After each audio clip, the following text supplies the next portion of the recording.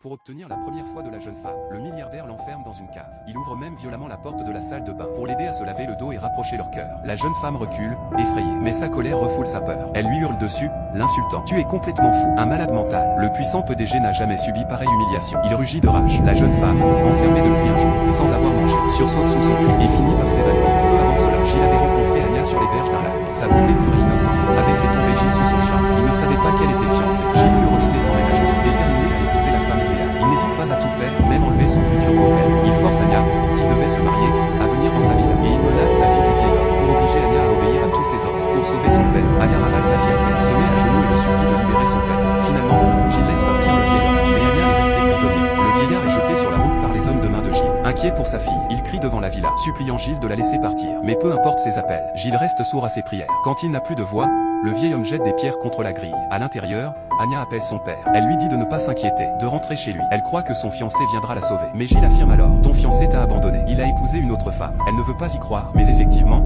son fiancé a disparu toute une journée. Cela plonge Anya dans un profond désespoir. Elle éclate en sanglots, dévastée. Le vieil homme reste devant la porte jusqu'au matin, espérant un dernier élan d'humanité chez Gilles, qu'il épargne leur famille. Mais il ignore à quel point Gilles est impitoyable. En entendant les coups répétés de son père, Anya n'a pas fermé l'œil de la nuit. Mais elle ne sait pas que son père est gravement blessé et vient d'avoir une crise cardiaque. En même temps, Anya perçoit un bruit étrange à l'extérieur. Soudain, une angoisse l'envahit. Elle appelle plusieurs fois, mais personne ne répond. Anya panique. Mais soudain, elle entend un bruit de serrure. Anya ramasse aussitôt un morceau de verre, prête à se défendre. La porte s'ouvre. C'est bien Gilles.